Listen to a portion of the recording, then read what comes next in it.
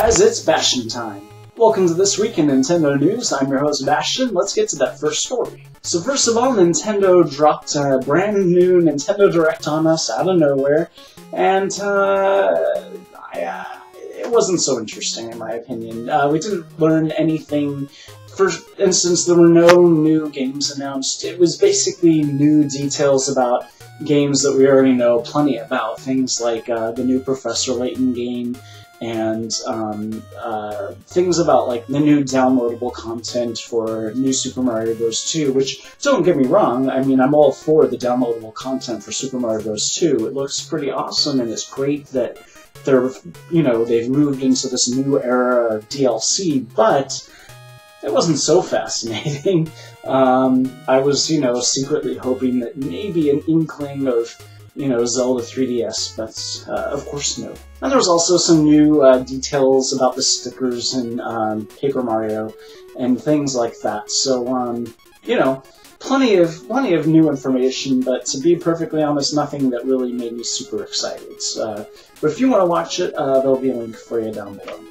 Our next story is about the fact that I was watching one of my favorite TV shows, which is 30 Rock, and out of nowhere, the whole theme of the episode was about Pokemon. It was the most bizarre thing, because they were kind of making fun of the gotta catch 'em all slogan and applying that to relationships, and the fact that, for some people, maybe one person isn't enough, and you need different people for different aspects, or I don't know. It was hilarious, and I was just very amused that one of my favorite shows was using Pokemon as their main theme, so that was pretty funny. And let's be honest here, who else would it amuse except for those people who already have seen it? So I don't really know why I'm talking about it, except that I can, and it was hilarious. The ever-prolific Did You Know Gaming has a new piece about Mario, and it's about the fact that Yoshi was originally supposed to be a type of Koopa. Those turtle guys, and the saddle on his back was originally supposed to be his shell, but they redesigned it to look like a saddle when they decided to move him a little bit away from being Koopa-like. But that's just so weird to imagine riding Yoshi around as a Koopa. That would have been bizarre. Our next story is about the fact that Toys R Us is going to hold a midnight release party for the Wii U, and I mean, I guess this isn't super huge news because I'm sure tons of stores are going to be doing it, but if you were wondering if Toys R Us was, yes they are. So if you pre-ordered your copy through Toys R Us, now you know that you can go ahead and get it at midnight.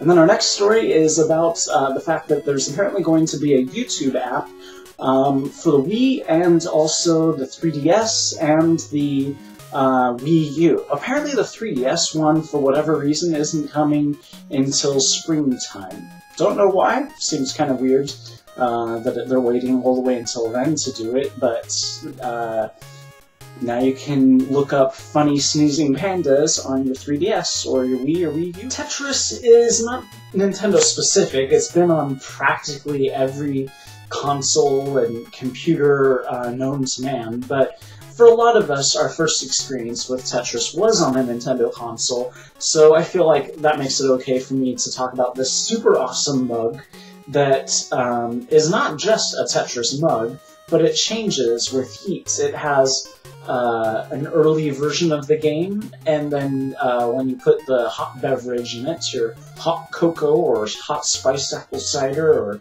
coffee or whatever, the heat causes the image to change so that there's a lot more blocks having filled up, and the score changes, the next block changes, basically everything changes, and it's just super awesome, and I want it so bad.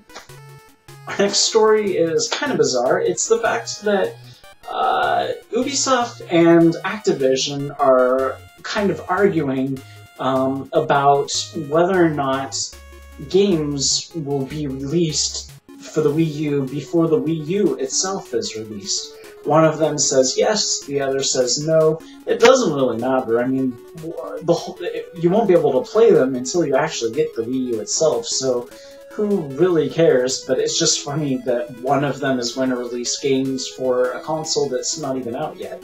Whatever. Our next story is something that should probably be a Bastian rant, but I'll try to tame myself and pull in the rein. But basically, analysts are saying that the 3DS is failing in comparison to smartphones. And it just annoys me so much that they don't seem to understand that smartphone games are nothing like 3DS games. Sure, in both things you can use a touchpad sort of thing, but that has nothing to do with the depth and involvement of a 3DS game in comparison to a smartphone game where you're cutting fruit or rope or playing basically Scrabble, and I'm still not sure how Words with Friends hasn't been sued by Scrabble, but, you know, like, those types of games for the smartphone are for the smartphone for a reason, because, you know, you can't really play a 3DS-style game on the smartphone, so it's just annoying that analysts are so dumb that they can't understand the very basic concept that, you know, sure, you might be able to sell a bazillion copies of a 99-cent cutting fruit game,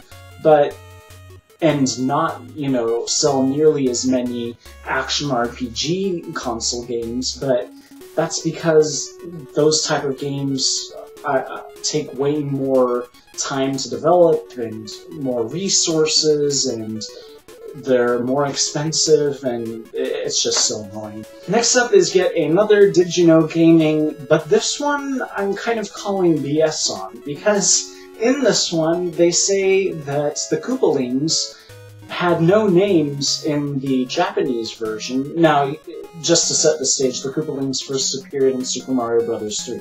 And apparently in the Japanese version they didn't have names, and even in the instruction manual, and then it was only after the fact, according to this, Did You Know Gaming, it's only after the fact in the North American version did the North American team decide to go ahead and apply names, and that they did so without any involvement from Nintendo of Japan, and that's why they have these music names, names based on famous music personalities, like Roy Koopa is Roy Orbison, and things like that, and that it's an afterthought. This makes no sense because one of the most obvious aspects about the Koopalings is the fact that their appearance matches their name. So their sprites weren't changed between the Japanese and the North American one, so clearly these music names must have influenced their sprite design to begin with. I just think that they got it wrong. It seems so clear to me that their music names is what influenced their design, and that this is totally wrong in saying that the names were applied after the game was already released in Japan. That it just can't be. Next up is a quick little piece of non-news, which is the fact that somebody noticed after all these years that the game disc for New Super Mario Bros. Wii has the circle of blue for the Toad's hat, and the circle of yellow for the Toad's hat, and then the Mario and Luigi red and green colors, all in the exact same placement as the colors for the buttons on the Super Nintendo controller. Not the North American version, which just had purple buttons, but the original Japanese version. That it all matches up. And is that just a coincidence, or was that supposed to imply something? No idea, but whatever it is, it's pretty fascinating. And then our final story is about the Wii U's version of the Wii Motion Plus controller, and the fact that while they're essentially the same as the regular Wii's Motion Plus controller, they have one key difference, and that's the sync button, which, as you will remember, is inside in like the battery pack area on the original Wii versions, but for the Wii U versions, they're right there on the outside. And that's a much better design choice in my opinion, because I have to admit, when I go through long periods of time without playing a Wii, I forget where the heck that button is and how to sync at all to a different Wii, and it drives me crazy every time. So the fact that it's on the outside is so much more reasonable than having to hunt for it inside of the battery area. So good job, Nintendo. So that's it for this week in Nintendo news. See you guys next week. Bye.